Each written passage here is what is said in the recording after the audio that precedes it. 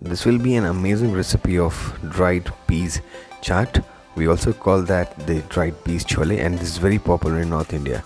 So let's learn how we make it.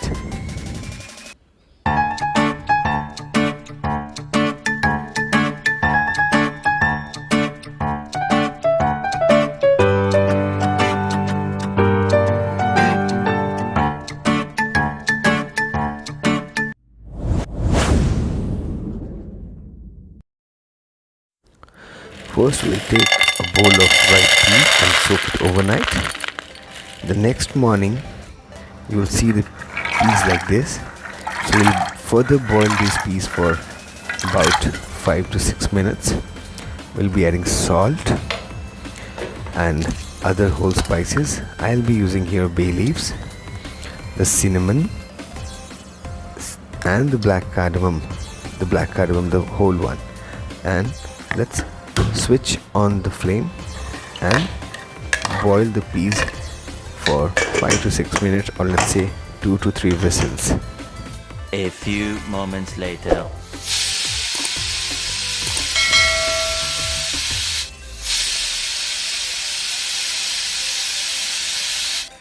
So now it's time to open the pressure cooker, and you can see the peas are nicely done.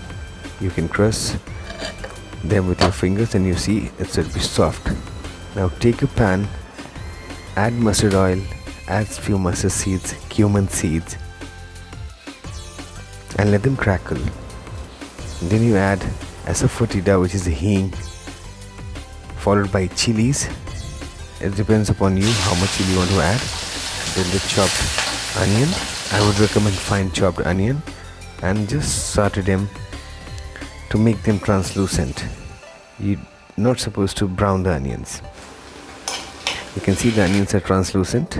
Now we'll be adding ginger garlic paste. We have already added ginger garlic paste and mix it a little bit. Now comes the tomatoes. Give it a nice mix and add little salt at this point of time. You can see in this recipe I'll be adding salt at many points. So you have to manage how much salt you have to add, how many times. Cook the tomatoes, not make them mushy, but cook it little. Then add turmeric, the red chili powder, comes the coriander powder, and mix well. At here you have to saute the masala a little bit so that the oil separates the masala and the flavors comes out. As in all my videos you have seen, chopping masala is one of the very important things. So when the masala was cooked, we have taken the peas from the cooker and added to the masala in the pan and give it a nice mix. Seasoning again. You have to check the seasoning, you have to check the taste, whether the seasoning is accurate or not. Give it a nice mix using the concave side of your ladle to crush the green peas which are not properly cooked. This will make the stew nice and creamy. I have added tamarind pulp a little bit, a lot of amchur powder, which is the dried mango powder, and give it a nice mix.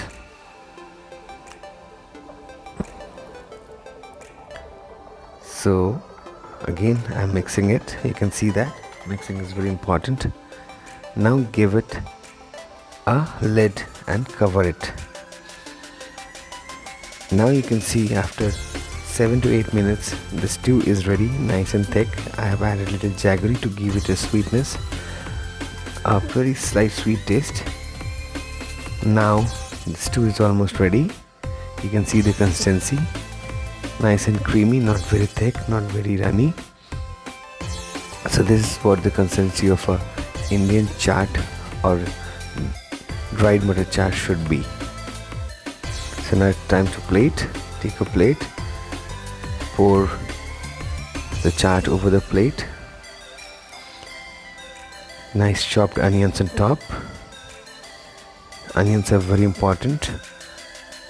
Now comes the green chilies. It depends upon you how much you want to eat. I have added a very little green chili here. Then comes chopped fresh green coriander, tamarind pulp will be followed by this, more coriander, some tamarind pulp to give it a sweet and sour taste to your chaat. I have crushed golgappas, which is a very important ingredient and I like it most on my chats. One more golgappa will go on top, and finally the aloo bhujia, which is a kind of a snacks we have in India. Will be giving it a generous amount of aloo bhujia on top. Here comes the very famous dried peas chaat, or chhole, or ragda as we call it in India. So let's enjoy, and please comment below how you make it.